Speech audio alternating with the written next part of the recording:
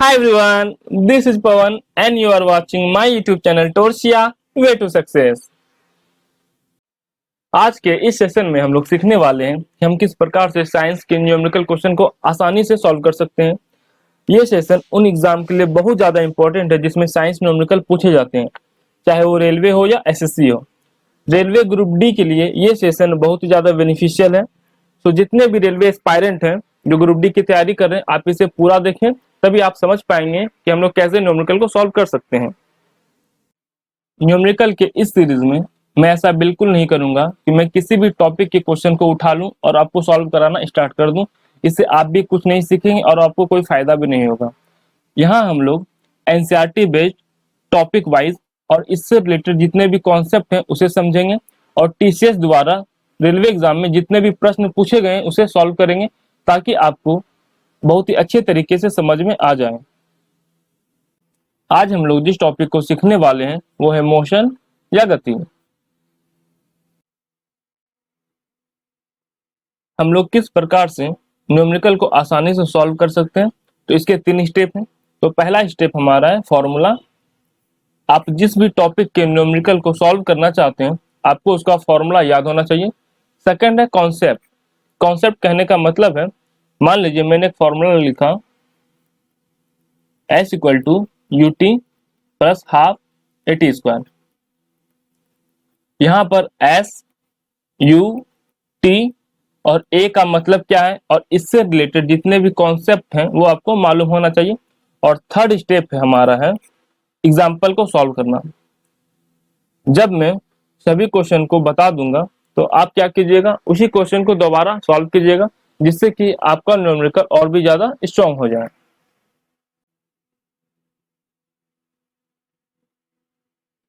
इस टॉपिक में जितने भी फॉर्मूले यूज हुए हैं उसे मैंने यहाँ पर लिख दिया है, आप उसे याद कर लीजिएगा। पहला फॉर्मूला है v equal to u plus a T.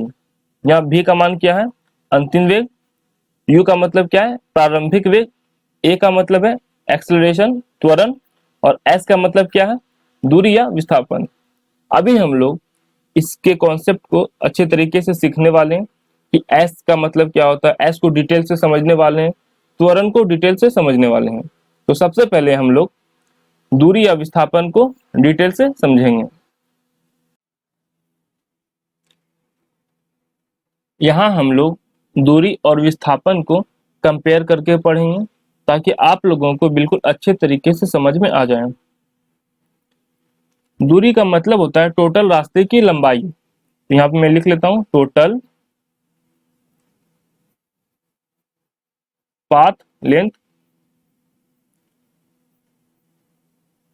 और विस्थापन का मतलब होता है दो पॉइंट के बीच का सबसे कम दूरी, मतलब मिनिमम डिस्टेंस बिटवीन 2 पॉइंट।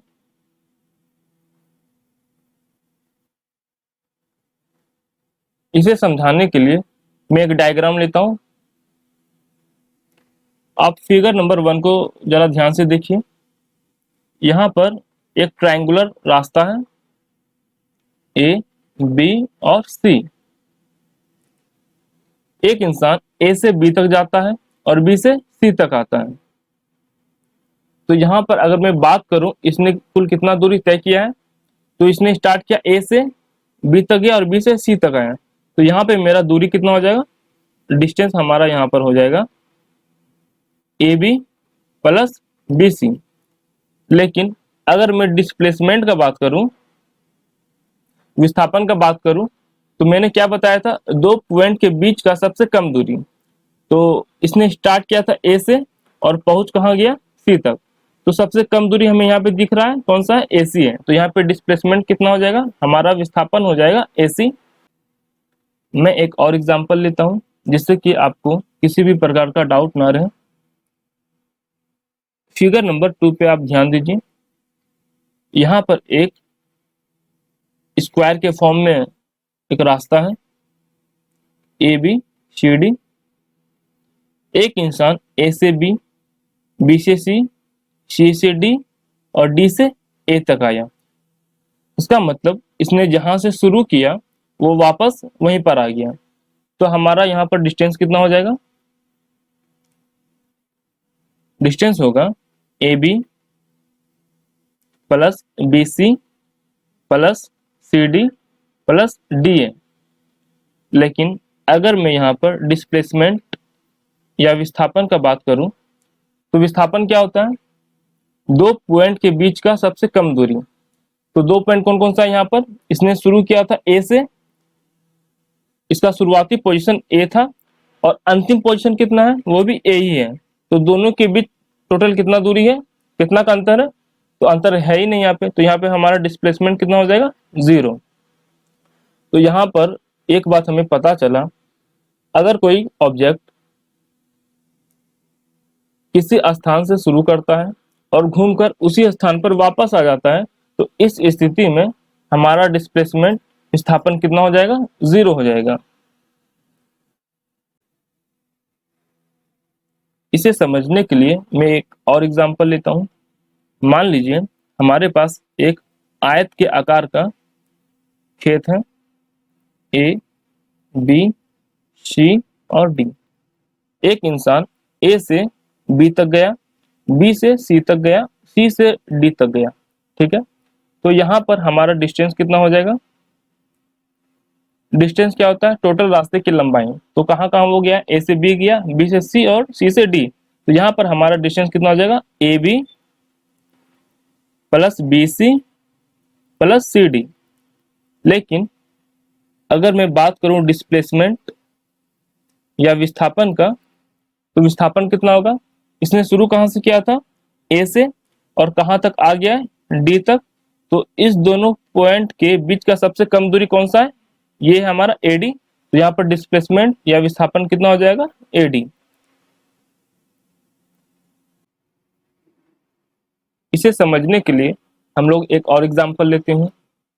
मान लीजिए एक फील्ड है जो ट्रायंगल के शेप में है, ए बी और सी। एक इंसान ए से बी तक जाता है और बी से सी तक जाता है। तो यहाँ पर हमसे अगर पूछा जाए इसने कितना डिस्टेंस तय किया है, कितना दूरी तय किया है, तो डिस्टेंस क्या हो जाएगा? A B plus B C. लेकिन यहीं पर अगर हमसे ये पूछा जाता इसके द्वारा तय किया गया विस्थापन कितना होगा, डिस्प्लेसमेंट कितना होगा, तो यहाँ पर ध्यान दीजिए इसने शुरुआत किया था ए से और इसका अंतिम पोजीशन है सी। और विस्थापन क्या होता है? दो पॉइंट के बीच का सबसे कम दूरी। तो ए से सी के बीच का सबसे कम दूरी कितना है? ए सी है। तो हमारा यहाँ पे विस्थापन भी कितना हो जाएगा? ए सी।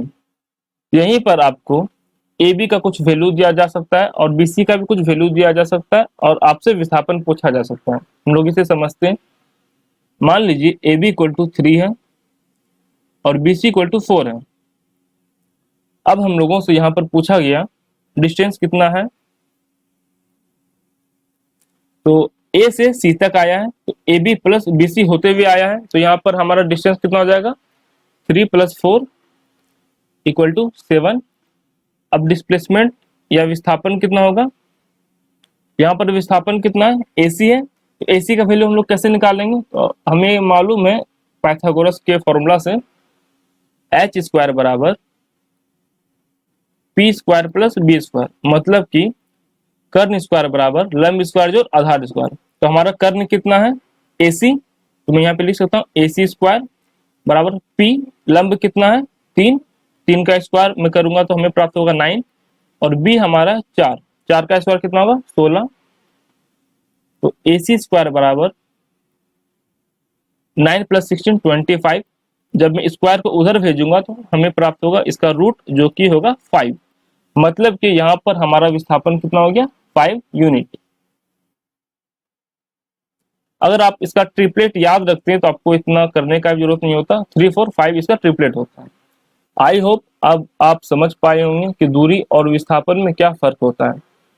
और इससे रिलेटेड जो और भी कुछ एक्स्ट्रा बातें होती है मैंने इधर स्लाइड में लिख दिया, आप उसे याद कर सकते हैं। लेकिन न्यूमेरिकल बनाने के लिए जितनी भी जरूरी बातें होती है मैंने ऑलरेडी समझा दिया, बस उतना ही जरूरी है।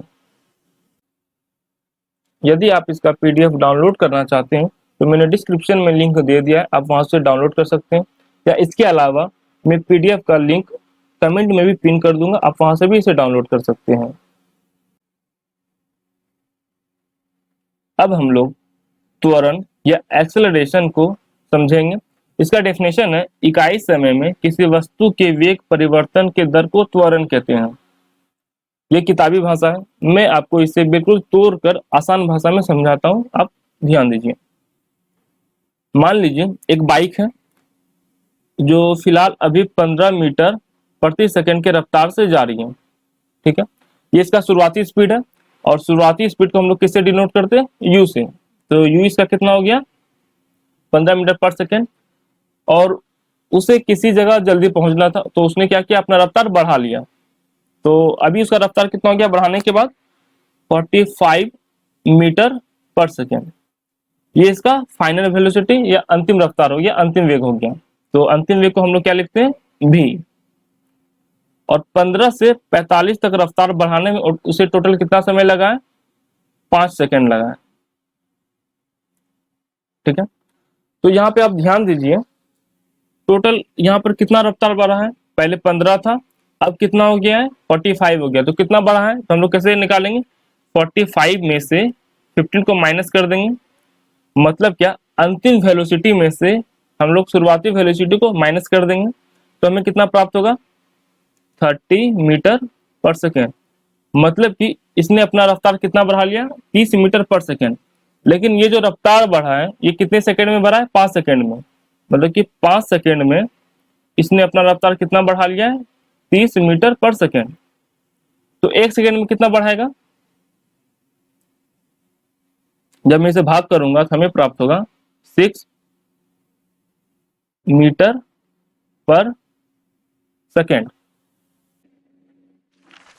त्वरण का मतलब यही होता है कि कोई ऑब्जेक्ट इकाई समय में, इकाई समय का मतलब होता है 1 सेकेंड, 1 मिनट या 1 घंटा, इकाई समय में अपना रफ्तार कितना चेंज कर रहा है। तो चेंज करने का मतलब यहाँ पर हुआ, या तो वो अपना रफ्तार घटा सकता है या अपना रफ्तार वो बढ़ा सकता है।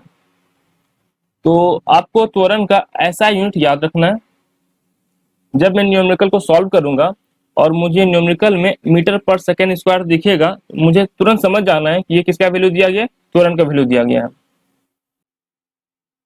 अगर हम लोग इसके फॉर्मूले का बात करें, तो इसका फॉर्मूला है a equal to v minus u upon t. तो v माइनस यू क्या बताता है कि रफ्तार में कितना चेंजिंग हुआ है, और त्वरण के लिए हमें इकाई समय चाहिए। तो इकाई समय के लिए हम लोग क्या करेंगे, इसे टाइम से भाग कर देंगे। तो इस तरीके से त्वरण का फॉर्मूला हम लोग प्राप्त कर सकते हैं। आपको इसका फॉर्मूला याद करना, ये आपके न्यूमेरिकल में हेल्प करेगा। आप इस लाइन पे थोड़ा ध्यान दीजिए, त्वरण का मान धनात्मक, ऋणात्मक और शून्य तीनों हो सकता है। यदि किसी गाड़ी का रफ्तार बढ़ रहा है, तो यहाँ पर त्वरण का मान धनात्मक होगा। यदि गाड़ी में ब्रेक लग रहा है, तो यहाँ पे त्वरण का मान नेगेटिव हो जाएगा। यदि रफ्तार बढ़ ही नहीं रहा है, वो एक समान रफ्तार से चल रहा है, तो यहाँ पर त्वरण का मान कितना हो जाएगा, 0 हो जाएगा। अगर हम लोग मंदन या रिटार्डेशन का बात करें, तो ये भी एक प्रकार का त्वरण ही है। बस ध्यान इतना देना है, जब त्वरण का मान माइनस में हो जाता है, तो इसे क्या कहा जाता है, मंदन कहा जाता है। फॉर एग्जाम्पल, मान लीजिए कोई गाड़ी है, उसका रफ्तार अभी है 45 मीटर पर सेकेंड, ये इसका शुरुआती रफ्तार है, तो मैं इसे लिख सकता हूँ u। और उसने ब्रेक लगाना स्टार्ट किया, जब वो ब्रेक लगाना स्टार्ट किया तो उसका रफ्तार कितना हो गया है, 15 मीटर पर सेकेंड। ये इसका फाइनल वेलोसिटी हो गया, तो मैं यहाँ पे इसे लिख सकता हूँ v। और 45 से 15 आने में इसे टोटल कितना समय लग गया है, 5 सेकेंड। यहाँ पे हम लोग एक्सेलरेशन निकाल सकते हैं। एक्सेलरेशन क्या होता है, a equal to v minus u upon t. तो v माइनस यू कितना है, 15 माइनस 45 अपॉन 5 माइनस 30 अपॉन 5। जब मैं इसे सॉल्व करूंगा तो मुझे प्राप्त होगा -6 मीटर पर सेकेंड स्क्वायर। यहाँ पे आपने देखा, जब रफ्तार कम हो रहा था तो त्वरण क्या हुआ, नेगेटिव हुआ। इसी नेगेटिव त्वरण को क्या कहा जाता है, मंदन कहा जाता है। और जब हम लोग न्यूमेरिकल सॉल्व करेंगे और जब सवाल में बोला जाएगा कि गाड़ी में ब्रेक लग रहा है, हम लोगों को ए का मान माइनस लेना है, नहीं तो हमारा सवाल गलत हो जाएगा। अगर क्वेश्चन में चाल या वेग किलोमीटर प्रति घंटा में हो और हमें उसे मीटर पर सेकंड में बदलना हो, तो हम लोग क्या करते हैं, किलोमीटर प्रति घंटा को 5/18 से गुना कर देते हैं। ऐसा हम लोग क्यों करते हैं, आइए समझते हैं। यहाँ मैंने लिखा किलोमीटर प्रति घंटा, इसे हम लोग मीटर पर सेकंड में चेंज करते हैं। तो 1 किलोमीटर में कितना मीटर होगा, 1000 मीटर बटा 1 घंटा में कितना सेकंड होता है, 3600 सेकंड। हम लोग इसे सॉल्व करते हैं, 0 से 0 कैंसिल हुआ, 5/18। यहाँ हम लोग देख सकते हैं किलोमीटर प्रति घंटा को जब हम लोगों ने मीटर पर सेकंड में बदला तो यहाँ कितना आया, 5/18। हम लोग इतना लंबा कैलकुलेशन ना करते हुए हम लोग सिर्फ क्या करते हैं, इसे 5/18 से गुना कर देते हैं। हमारा आंसर वैसे भी वही आने वाला है, कोई फर्क हमारे आंसर पे नहीं पड़ेगा। अगर यहीं पर हमसे मीटर पर सेकंड को किलोमीटर प्रति घंटा में चेंज करने कहा जाता तो हम लोग क्या करते हैं, इसका उल्टा कर देते हैं। तो मीटर पर सेकंड को हम लोग किससे गुना कर देते हैं, 18/5 से मल्टीप्लाई कर देते हैं। हो सकता है आगे चलकर आप कंफ्यूज हो जाएं कि कब आपको 5/18 गुना करना है या 18/5 गुना करना है। तो मैं आपको एक तरीका बताता हूं जिससे आपको ये हमेशा के लिए याद रहेगा। मान लीजिए किलोमीटर प्रति घंटा को हमें किस में चेंज करना है, मीटर पर सेकंड में चेंज करना है। यहाँ पे आप ध्यान दीजिए, यहाँ पे किलोमीटर है और यहाँ पे मीटर है। तो किलोमीटर बड़ा होता है या मीटर बड़ा होता है, किलोमीटर बड़ा होता है। मतलब हम लोग बड़ा से छोटा की तरफ जा रहे हैं, तो हम लोग क्या करेंगे, ऊपर में छोटा अंक रखेंगे। तो हम लोग क्या रखेंगे, 5/18। इसका मतलब हम लोग किलोमीटर प्रति घंटा को किससे गुना करेंगे, 5/18 से गुना करेंगे मीटर पर सेकंड में जाने के लिए। अगर वही हम लोग मीटर पर सेकंड से किलोमीटर प्रति घंटा की ओर जाएं, यहाँ पर ध्यान दीजिए, यहाँ मीटर है और यहाँ किलोमीटर है। दोनों में बड़ा कौन है, किलोमीटर बड़ा है और मीटर छोटा है। इसका मतलब हम लोग छोटे से बड़े की ओर जा रहे हैं। तो बड़े की ओर जा रहे हैं तो हम लोग ऊपर में क्या रखेंगे, बड़ा अंक रखेंगे। तो 18/5। इस तरीके से आप इसे याद रख सकते हैं। इसी कॉन्सेप्ट पर हम लोग कुछ क्वेश्चन को सॉल्व कर लेते हैं। दिया गया क्वेश्चन है 90 किलोमीटर पर आवर, इसे हम लोगों को मीटर पर सेकंड में चेंज करना है। यहाँ पर ध्यान दीजिए, किलोमीटर प्रति आवर से हम लोग कहाँ जा रहे हैं, मीटर पर सेकंड में। इसका मतलब हम लोग बड़े से कहाँ जा रहे हैं, छोटे की तरफ जा रहे हैं। तो यहाँ हम लोग क्या करेंगे, ऊपर में छोटा अंक रखेंगे 5 और नीचे 18। हम लोग इसे सॉल्व करेंगे तो हमें प्राप्त होगा 25 मीटर पर सेकेंड। इसे हम लोग कैसे चेंज करेंगे, 72 इंटू 5/18। इसे हम लोग सॉल्व करेंगे तो हमें प्राप्त होगा 20 मीटर पर सेकेंड। इसी प्रकार से आप नंबर 3 भी कर सकते हैं। अब हम लोग क्या करेंगे, मीटर पर सेकेंड को किलोमीटर पर आवर में चेंज करेंगे। तो क्वेश्चन नंबर 1 है 30 मीटर पर सेकेंड। यहाँ पर ध्यान दीजिए, हम लोग छोटे से बड़े की ओर जा रहे हैं, तो हम लोग क्या करेंगे, ऊपर में बड़ा अंक रखेंगे।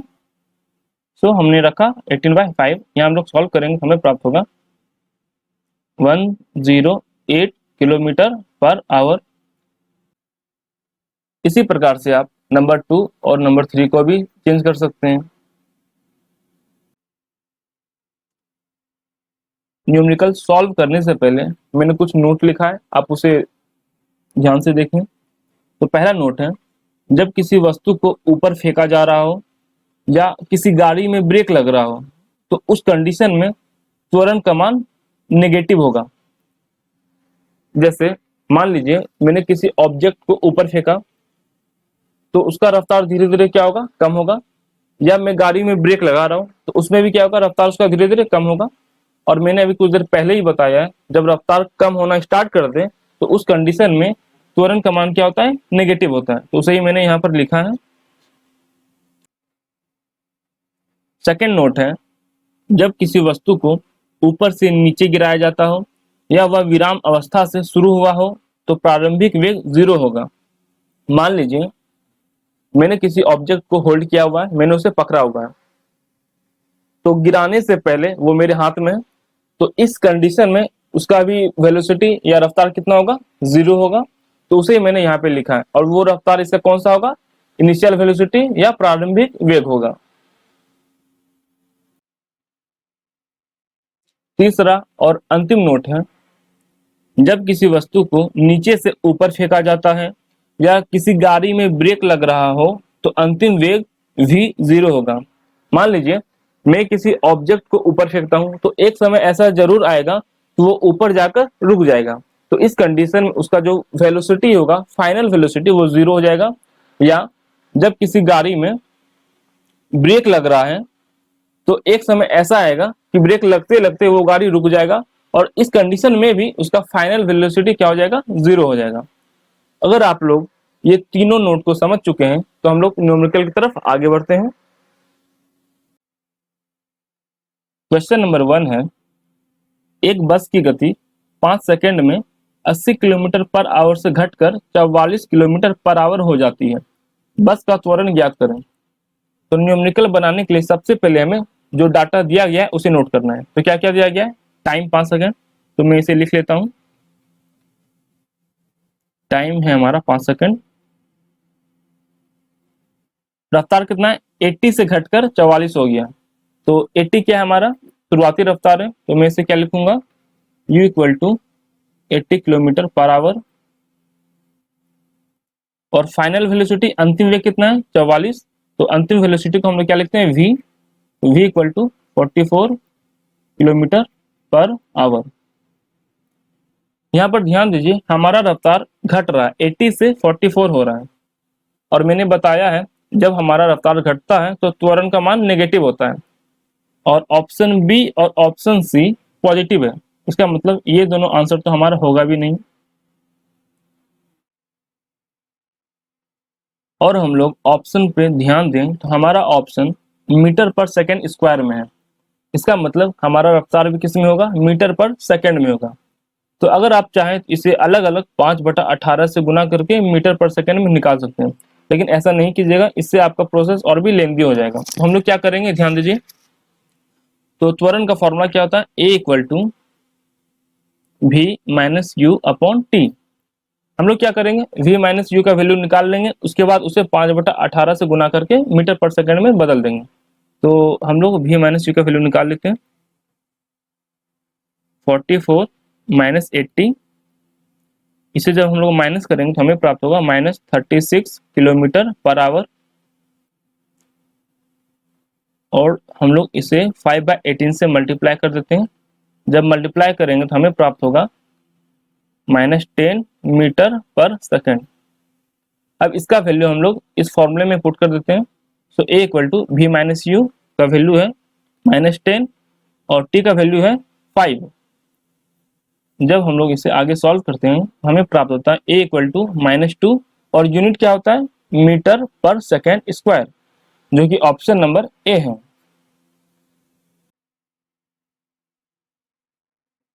क्वेश्चन नंबर 2 है, एक रेलगाड़ी स्टेशन से चलना प्रारंभ करती है और एक समान त्वरण के साथ 10 मिनट में 54 किलोमीटर की चाल प्राप्त करती है। इसका त्वरण ज्ञात करें।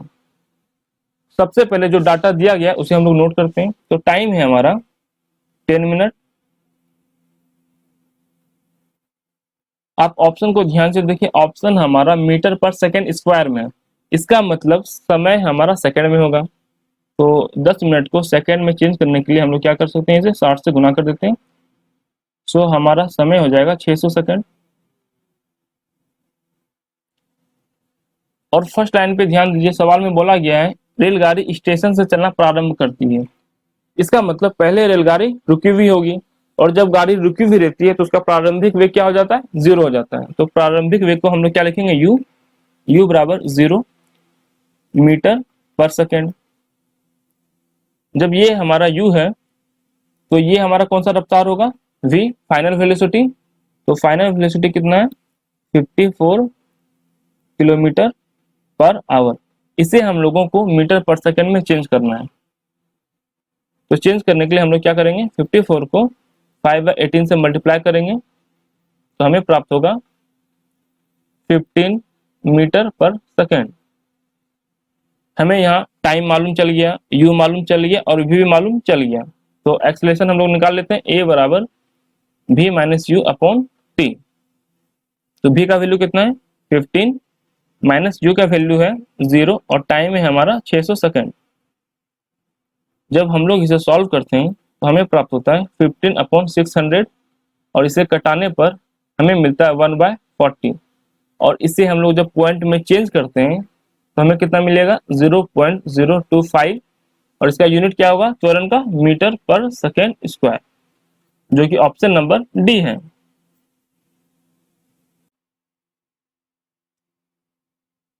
क्वेश्चन नंबर 3 है, एक ट्रॉली एक आनत तल पर, आनत तल का मतलब होता है वैसा प्लेन जो झुका हुआ हो, आनत तल पर 2 मीटर पर सेकेंड स्क्वायर के त्वरण से नीचे जा रही है।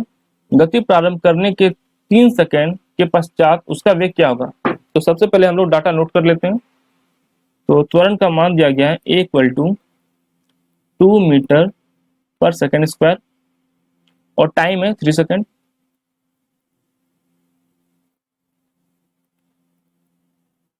इस लाइन पर ध्यान दीजिए, बोला गया गति प्रारंभ करने के 3 सेकेंड बाद। इसका मतलब जब गति नहीं कर रहा था ट्रॉली उस समय वो रुका हुआ होगा और जब वस्तु रुकी हुई रहती है तो उसका वेलोसिटी कितना हो जाता है 0। और वो कौन सा वेलोसिटी होगा, इनिशियल वेलोसिटी, प्रारंभिक वेग। तो प्रारंभिक वेग को मैं क्या लिखूंगा u इक्वल टू 0 मीटर पर सेकेंड। और हमसे सवाल में क्या पूछा गया है, उसका वेग क्या होगा, मतलब हमसे यहाँ फाइनल वेलोसिटी v पूछा गया है। हमें यहाँ पर a, t और u का वैल्यू पता चल चुका है, हमें v निकालना है। तो त्वरण का फॉर्मूला क्या होता है a equal to v minus u upon t. हम लोग यहाँ वैल्यू पुट करते हैं, तो a का वैल्यू कितना है 2, v हमें नहीं मालूम है, u का वैल्यू है 0 और t हमारा है 3। जब हम लोग इसे क्रॉस मल्टीप्लाई करते हैं तो हमें प्राप्त होता है v इक्वल टू 6 मीटर पर सेकेंड, जो कि ऑप्शन नंबर सी है। क्वेश्चन नंबर 4 है, रेलवे स्टेशन से शुरू होने वाली एक ट्रेन 1 मिनट में 21 मीटर पर सेकेंड की गति प्राप्त करती है, इसका त्वरण ज्ञात कीजिए। तो सबसे पहले आप लोग इसके ऑप्शन पर ध्यान दीजिए। इसका ऑप्शन है 0.18 मीटर पर सेकेंड। हम लोग इसके यूनिट को देखते हैं, मीटर पर सेकेंड, मीटर स्क्वायर पर सेकेंड, मीटर पर सेकेंड क्यूब, मीटर पर सेकेंड स्क्वायर। ये क्वेश्चन आपके बेसिक नॉलेज पर डिपेंड करता है। हमसे यहाँ पर त्वरण पूछा गया और त्वरण का यूनिट क्या होता है मीटर पर सेकेंड स्क्वायर, जो कि एक ही ऑप्शन है और वो है डी। आप चाहे तो इसे बिल्कुल फॉर्मूले से भी बना सकते हैं, लेकिन जब क्वेश्चन ऑप्शन से ही सॉल्व हो रहा हो तो समय बर्बाद करने का फिर कोई मतलब ही नहीं है। क्वेश्चन नंबर 5 है, एक साइकिल चालक विराम अवस्था से चलना शुरू करता है और 3 सेकंड के लिए एक समान त्वरण के साथ यात्रा करने के बाद 6 मीटर प्रति सेकंड की गति तक पहुंचता है, उसका त्वरण क्या है। सबसे पहले हम लोग जो डाटा दिया गया उसे नोट कर लेते हैं। तो टाइम है हमारा 3 सेकंड और पहले लाइन पे आप ध्यान दीजिए, इसमें बोला गया है एक साइकिल चालक विराम अवस्था से चलना शुरू करता है। इसका मतलब पहले वो रेस्ट में था, रुका हुआ था। तो जब ऑब्जेक्ट रुका हुआ रहता है तो उस कंडीशन में वेलोसिटी या वेग कितना हो जाता है 0। और ये कौन सा वेलोसिटी है, प्रारंभिक वेग, इनिशियल वेलोसिटी। तो मैं लिख सकता हूँ u इक्वल टू 0 मीटर पर सेकेंड और यहाँ बोला गया है बाद में 6 मीटर प्रति सेकंड की गति तक पहुंचता है। यह मेरा फाइनल वेलोसिटी है, तो मैं इसे लिख सकता हूँ v इक्वल टू 6 मीटर पर सेकंड। हमें क्या ज्ञात करना है, एक्सेलरेशन, त्वरण। तो ए का हम लोग फॉर्मूला जानते हैं, इसे हम लोग इस पे पुट करते हैं। आप लोग इसे इस पर पुट कीजिएगा तो आपका आंसर आ जाएगा। यदि आप क्वेश्चन पढ़कर प्रारंभिक वेग और अंतिम वेग का आइडिया लगा लेते हैं तो आपके लिए न्यूमेरिकल सॉल्व करना बहुत हद तक इजी हो जाता है। एक्सेलरेशन के कॉन्सेप्ट पर मैंने टोटल 10 क्वेश्चन लिया था, जिसमें से मैंने 5 क्वेश्चन करा दिया और आगे के 5 क्वेश्चन आप लोग खुद से ट्राई कीजिएगा, आप लोगों से जरूर बनेगा और मैंने ये आपके प्रैक्टिस के लिए ही रखा है। क्वेश्चन नंबर 11 है, किसी पत्थर को ऊर्ध्वाधर ऊपर की ओर 5 मीटर पर सेकंड के वेग से फेंका जाता है। यदि गति के दौरान पत्थर का त्वरण 10 मीटर पर सेकेंड स्क्वायर है तो पत्थर के द्वारा कितनी ऊंचाई प्राप्त की गई तथा वहां पहुंचने में कितना समय लगा है। यहाँ पर ऊर्ध्वाधर का मतलब है सीधा, वर्टिकल।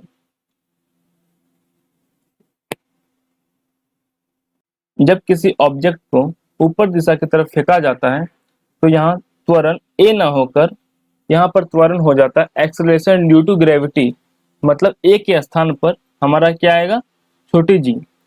जब मैं गुरुत्वाकर्षण के न्यूमेरिकल को डिटेल से बताऊंगा तो मैं वहां आपको पूरा क्लियर कर दूंगा कि g क्यों आता है और कब आता है। तब तक आप इसे a ही समझिए। अब हम लोग इस क्वेश्चन को सॉल्व करते हैं। तो सबसे पहले जो डाटा दिया गया है हम लोग उसे नोट करते हैं। यहाँ पर ध्यान दीजिए, यहाँ पर SI यूनिट है मीटर पर सेकेंड स्क्वायर। तो ये किसका यूनिट होता है, एक्सेलरेशन का, मतलब ये a का वैल्यू है। तो मैं इसे नोट कर लेता हूँ, a इक्वल टू 10 मीटर पर सेकेंड स्क्वायर। लेकिन यहाँ पर ध्यान दीजिए, ऑब्जेक्ट को ऊपर फेंका जा रहा है। जब ऑब्जेक्ट को ऊपर फेंका जाएगा तो उसका रफ्तार धीरे धीरे कम होता जाएगा, और मैंने बताया है जब रफ्तार कम होता है तो त्वरण का मान क्या होता है, माइनस हो जाता है। तो यहाँ पे मैं माइनस दे देता हूँ। और पहले लाइन को ध्यान से पढ़िए, पत्थर को ऊपर की ओर 5 मीटर पर सेकेंड के वेग से फेंका जाता है। जब किसी ऑब्जेक्ट को ऊपर फेंका जाएगा तो एक टाइम ऐसा आएगा जब उसका वेलोसिटी 0 हो जाएगा। तो वो जो वेलोसिटी होगा वो कौन सा वेलोसिटी होगा, फाइनल वेलोसिटी। तो फाइनल वेलोसिटी को हम लोग क्या लिख सकते हैं, v इक्वल टू 0 मीटर पर सेकेंड। तो ये कौन सा वेलोसिटी दिया गया है हमारा, u। तो u इक्वल टू 5 मीटर पर सेकेंड। हमें क्या ज्ञात करना है, ऊंचाई। यहाँ पर ऊंचाई का मतलब है दूरी, हमें s ज्ञात करना है। तो हमें क्या क्या मालूम है, a, v और u हमें ज्ञात करना है s। तो हम लोग किस फॉर्मूले का यूज करेंगे, फॉर्मूला नंबर 3। तो ये क्या है, v square equal to u square plus 2as। v का वैल्यू कितना है, 0, तो 0 का स्क्वायर 0 होगा। u का वैल्यू है 5, तो 5 का स्क्वायर कितना होगा, 25 प्लस 2। a का वैल्यू है -10 और s हमें नहीं मालूम है, तो इसे हम लोग यूं ही छोड़ देते हैं। तो 0 equal to 25 plus minus minus 20s। हम लोग 20s को इस तरफ कर देते हैं, तो 20s इक्वल टू क्या होगा, 25। तो s इक्वल टू क्या होगा, 25 अपॉन 20। जब हम लोग इसे डिवाइड करेंगे हमें प्राप्त होगा 1.25 मीटर, जो कि ऑप्शन नंबर ए और सी दोनों में है। अब हम लोग टाइम निकालेंगे। तो टाइम निकालने के लिए हम लोग दो फॉर्मूला यूज कर सकते हैं। पहला फॉर्मूला है s equal to ut plus half at square, और सेकेंड है a equal to v minus u upon t. तो हम लोग सेकेंड फॉर्मूला का यूज करेंगे। तो a का वैल्यू कितना है हमारे पास, -10, v 0, u 5 और t हमें फाइंड करना है। तो मैं इसे आगे सॉल्व करता हूं। -10 equal to -5 upon t, minus minus खत्म, 5 टू जा 10। So 2 equal to 1/t। अब हम लोग इसे क्रॉस मल्टीप्लाई कर देते हैं। तो t इक्वल टू कितना हो जाएगा, 1/2। जब मैं इसे भाग करूंगा तो मुझे प्राप्त होगा 0.5 सेकेंड, जो कि ऑप्शन नंबर ए में है, और यही हमारा सही आंसर है। जब आप इसके फॉर्मूले और इसके कॉन्सेप्ट पर अपना पकड़ बना लेंगे तब आपसे ये न्यूमेरिकल बहुत ही फास्ट सॉल्व होने लगेगा। क्वेश्चन नंबर 12 है, कोई वस्तु विराम की स्थिति से 0.5 मीटर पर सेकेंड स्क्वायर के त्वरण के साथ चलती है। 250 मीटर चलने के बाद इसका वेग क्या होगा, इस दूरी को तय करने में कितना समय लगा। तो सबसे पहले हम लोग जो डाटा दिया गया उसे नोट कर लेते हैं। यहाँ पर ध्यान दीजिए, ऐसा यूनिट है मीटर पर सेकेंड स्क्वायर, मतलब ये त्वरण का वैल्यू दिया गया है।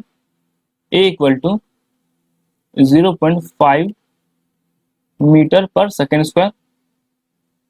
और सवाल में बोला गया है वस्तु विराम की स्थिति से चलती है।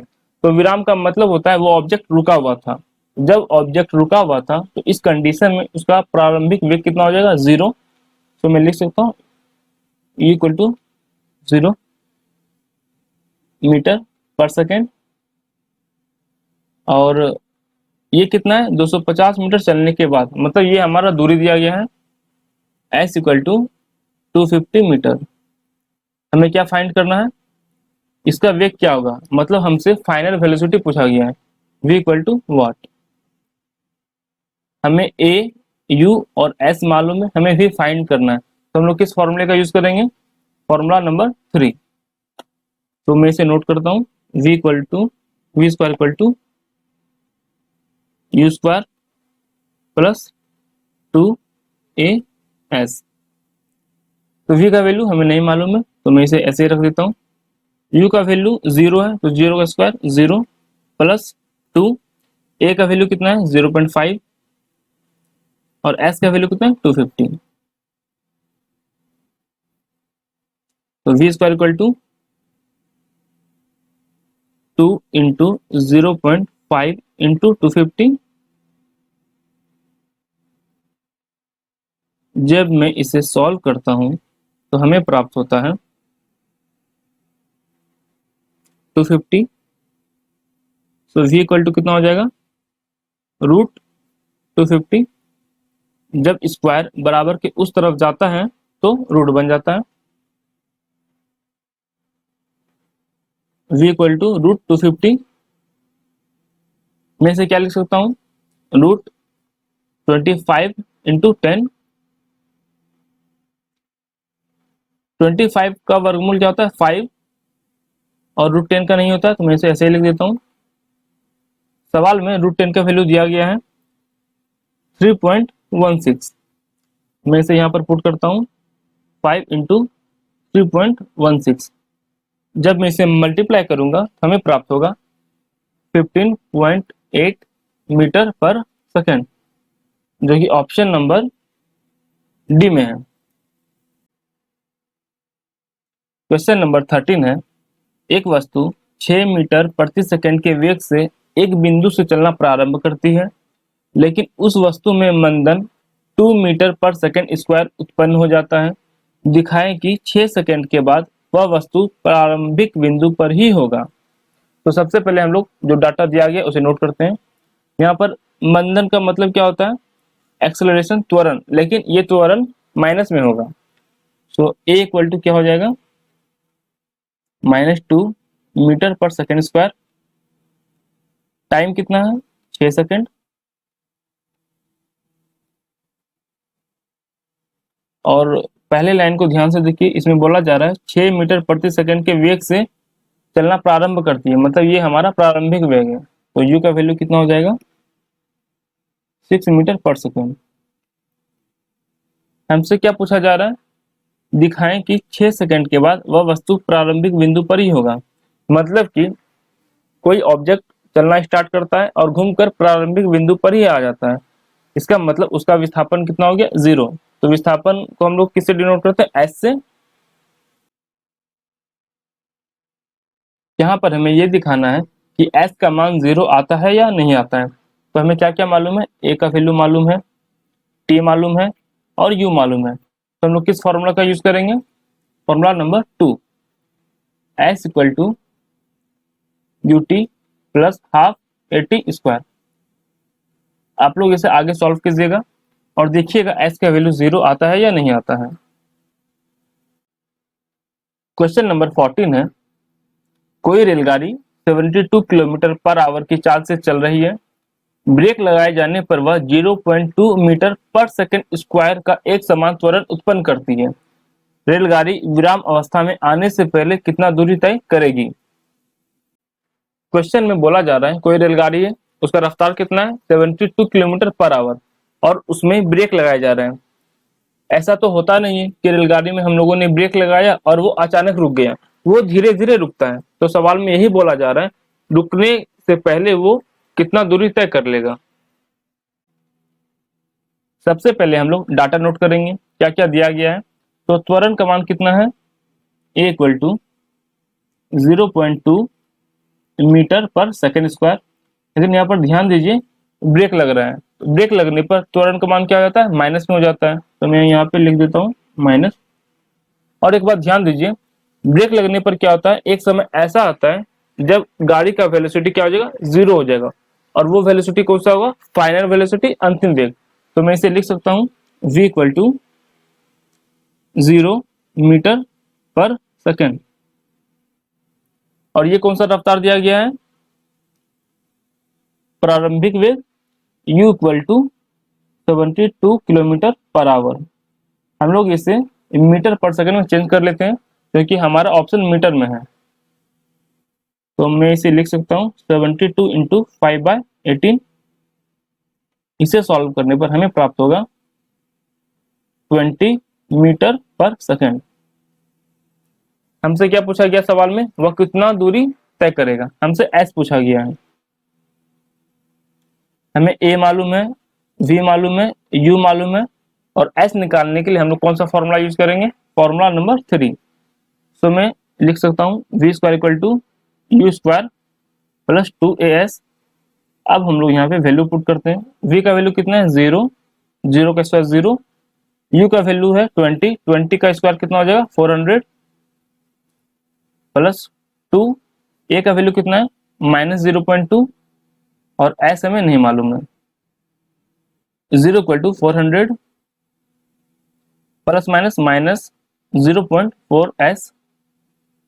0.4s को मैं इधर कर देता हूँ बराबर के इस तरफ।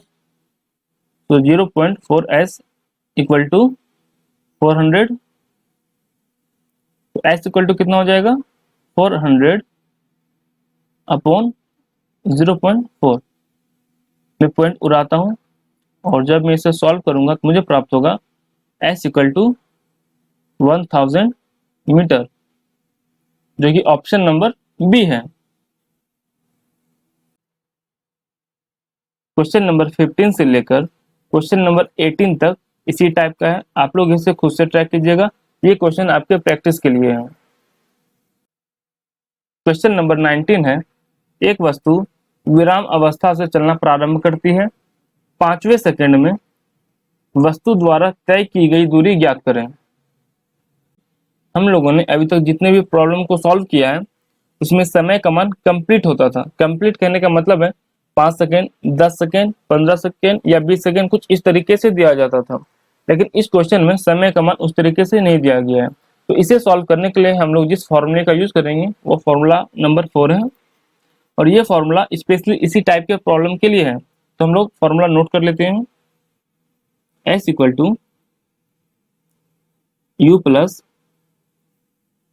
2n माइनस 1/2 इंटू ए।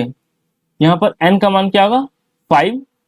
तो हम लोग पुट करते हैं s इक्वल टू u का वैल्यू क्या हो जाएगा, सवाल में बोला गया है वस्तु विराम अवस्था से चलना शुरू करती है, मतलब कि वो रेस्ट में थी। जब कोई ऑब्जेक्ट रेस्ट में होता है तो उसका इनिशियल वेलोसिटी, प्रारंभिक वेग क्या हो जाएगा 0। सो u का मान हम लोग 0 रखते हैं, 0 प्लस 2n, n का वैल्यू कितना है 5, तो 2 5 जा 10 माइनस 1/2 इंटू ए का वैल्यू कितना होगा, सवाल में बोला गया है 10, तो हम लोग 10 रखते हैं। s equal to 10 minus 1 9/2 into 10। जब हम लोग इसे सॉल्व करेंगे तो हमें प्राप्त होगा 45 मीटर, जो कि ऑप्शन नंबर बी है। मैं ऐसे सवाल और भी पीडीएफ में दे दूंगा, आप उस सवाल को प्रैक्टिस कीजिएगा। और पीडीएफ डाउनलोड करने के लिए आप डिस्क्रिप्शन ओपन कर सकते हैं, मैंने वहाँ पीडीएफ का लिंक दे दिया है, आप वहाँ से डाउनलोड कर सकते हैं। या मैं पीडीएफ के लिंक को कमेंट में पिन कर दूंगा, आप वहाँ से भी इसे डाउनलोड कर सकते हैं। ये आज का लास्ट क्वेश्चन है। तो क्वेश्चन है, एक पिंड r त्रिज्या के एक वृत्ताकार पथ पर चल रहा है, आधी परिक्रमा पूरी करने पर पिंड की तय की गई दूरी और विस्थापन क्या होगा। सवाल में बोला गया है कोई ऑब्जेक्ट है जो कि इस वृत्ताकार पथ पर चल रहा है और वो आधा चक्कर पूरा कर लेता है। और इस वृत्ताकार पथ का त्रिज्या कितना दिया गया है, r। मान लेते हैं वो यहां से स्टार्ट करता है और इसका आधा चक्कर कहां तक हो जाएगा, इसका आधा चक्कर हो जाएगा यहां तक। और सवाल में हमसे पूछा गया है इसके द्वारा तय की गई दूरी क्या होगा और विस्थापन क्या होगा। तो यहाँ पर ध्यान दीजिए, वृत्त का एक चक्कर या एक दूरी किसके बराबर होता है, उसके परिधि के बराबर होता है। तो मैं यहाँ पे बोल सकता हूँ इसका जो दूरी होगा वो किसके बराबर होगा, इसके परिधि के बराबर होगा। और उसका परिधि कितना होता है, 2πr। लेकिन सवाल में बोला गया है ये आधा चक्कर लगाता है, तो दूरी भी क्या हो जाएगा, आधा हो जाएगा। तो यहाँ हम लोग परिधि को 2 से भाग कर देंगे, तो हमें यहाँ पे दूरी कितना प्राप्त हो जाएगा, दूरी इक्वल टू πr, जो कि ऑप्शन नंबर बी और डी दोनों में है। अब हमें विस्थापन निकालना है, डिस्प्लेसमेंट निकालना है। तो डिस्प्लेसमेंट क्या होता है, दो बिंदुओं के बीच के सबसे कम दूरी। तो इसने स्टार्ट यहां से किया था और वो यहां तक आ गया है, तो इसके बीच का सबसे कम दूरी कौन सा हो जाएगा, एक सीधा सीधा लाइन। तो यहां से यहां तक की दूरी को हम लोग त्रिज्या बोलते हैं, तो यहां से यहां तक की दूरी को भी हम लोग क्या बोलेंगे, त्रिज्या बोलेंगे। तो हमारा विस्थापन कितना हो जाएगा, r प्लस r। तो मैं इसे लिख सकता हूं विस्थापन इक्वल टू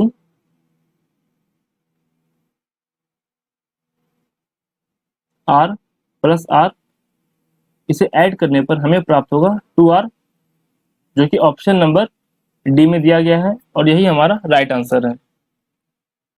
अगर आपको आज का सेशन पसंद आया है या आपने कुछ भी नया सीखा है तो वीडियो को लाइक करें और चैनल को सब्सक्राइब करना बिल्कुल ना भूलें। और वीडियो से रिलेटेड किसी भी प्रश्न को पूछने के लिए आप कमेंट कर सकते हैं, मैं उस कमेंट का रिप्लाई अवश्य करूंगा।